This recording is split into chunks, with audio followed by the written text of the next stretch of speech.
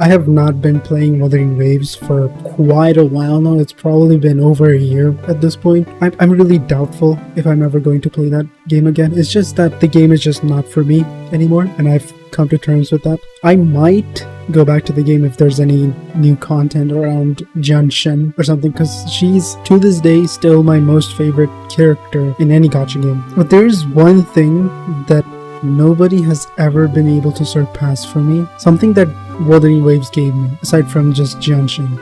It's that one particular story quest in Wuthering Waves, the Phrolova story quest. That story quest, even right now in my mind, has stuck really well. And across all the gacha games that I've played, none of them have gotten close to what that story made me feel. And I just wanted to kind of talk about that. I've been playing Arknight's Enfield recently for over 3 weeks now, I guess.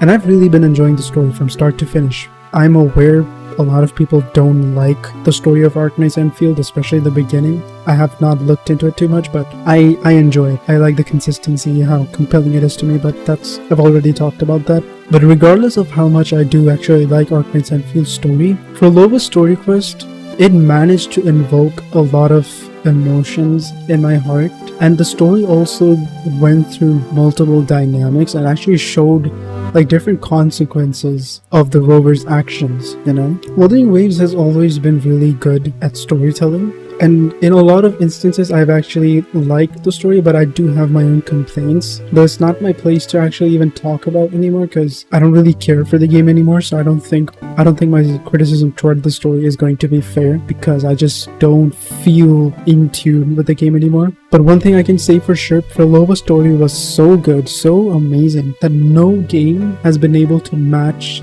that level of storytelling and writing for me, from the games that I've played so far. And I understand that I've not played that many games. There's probably other gacha games out there that probably have outstanding writings. Maybe Morimens or Limbus Company or something like that. Maybe these games have really good stories, but I have not played them too much. Limbus Company I've played a little bit, and I did enjoy that one. But the Phrolova story was just something else. I got to see what happened when Rover just abandoned everything to reset their own memory, how him forgetting about things affected things around him, how someone goes through so much grief for such a long time, and how their just whole moral compass evolves around their grief. You know, I just really love how Korea Games actually explored Phrolova's character in that story, and especially the way they executed it. I genuinely ended up in tears by the end of the story. I don't have the clips anymore, but I'm pretty sure I was like silent for a good 10 to 20 minutes just in that village of Phrolova, completely quiet. And dude, the music was also really good. I loved the music. Wuthering Waves, throughout the years that I played it, it kept like evolving in terms of the storytelling, the animations, the music. So that was something that I really admired about Wuthering Waves. Even right now, it's probably at least top 2 in terms of storytelling. Maybe even right now. And when I look at any gacha game story, I use that story quest as the reference point for my judgment and criticism. Because in my perspective, the Phrolova story quest was basically a 10 out of 10 for me. I don't have any criticism for that story. I don't have any judgment. I don't have any nitpicks. It's basically perfect for me. So any story that I look at, I'm always looking back at that Phrolova story quest and connecting dots, you know, and how they handled Phrolova's whole character in that quest, how they handled the dilemmas, how Rover behaved, you know, the consequences of Rover's circumstances. I like how they handled that.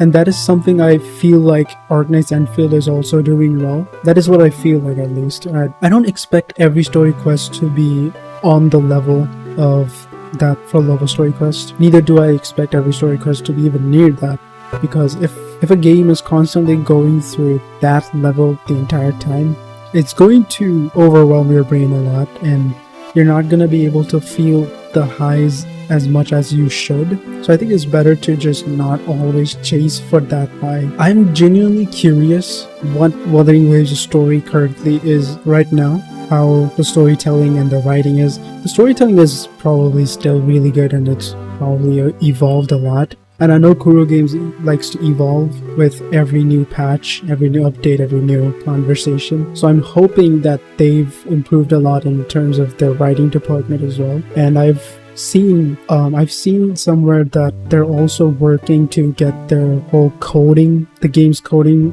environment completely updated, so people that are being held back by their devices can finally play the game smoothly, but it's probably going to take a bit more time. I'm not completely sure about that. I'm gonna have to look into that a bit. But I was just thinking back to that story quest. I just wanted to talk about it. Let me know what you guys think about the current writing of Wuthering Waves story, how you think about it. I do not see myself returning to Wuthering Waves again because the gameplay overall is just not for me. It's not worth it for me to go back to the game just for the story, because if I just wanted to experience the story, I could just go to YouTube, you know? If I don't enjoy the gameplay, it's only gonna ruin my experience, and I don't want that. I want to enjoy the gameplay and the story as well. And unfortunately, Wuthering Waves gameplay is just something that I do not enjoy. It's just a me thing. I've come to terms with it. It's just sometimes you enjoy some things, sometimes you don't enjoy some things. Like how I'm enjoying Arknay's Enfield, you know? It's just not my cup of tea.